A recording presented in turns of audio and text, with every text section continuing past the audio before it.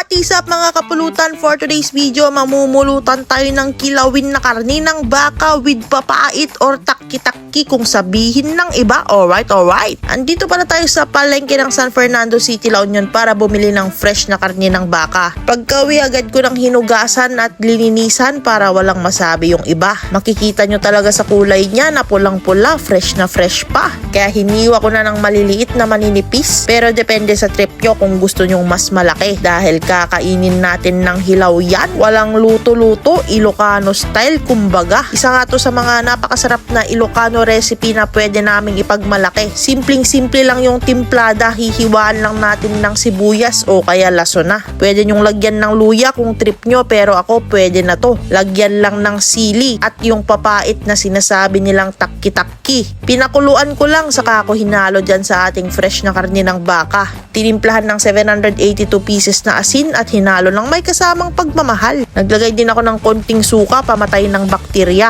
At huwag nyo din kalimutan yung paminta, mga 827 pieces. Saka natin hahaluin ng may kasamang pagmamahal at sheesh! Meron na tayong napakasarap na kilawin na baka. Mas masarap kung mas malamig kaya i-ref nyo muna. Simpleng kilawin na baka pero napakasolid yung lasa. Kaya tara, tikman na. Sa sobrang sarap, wala na naman akong masabi kundi alright.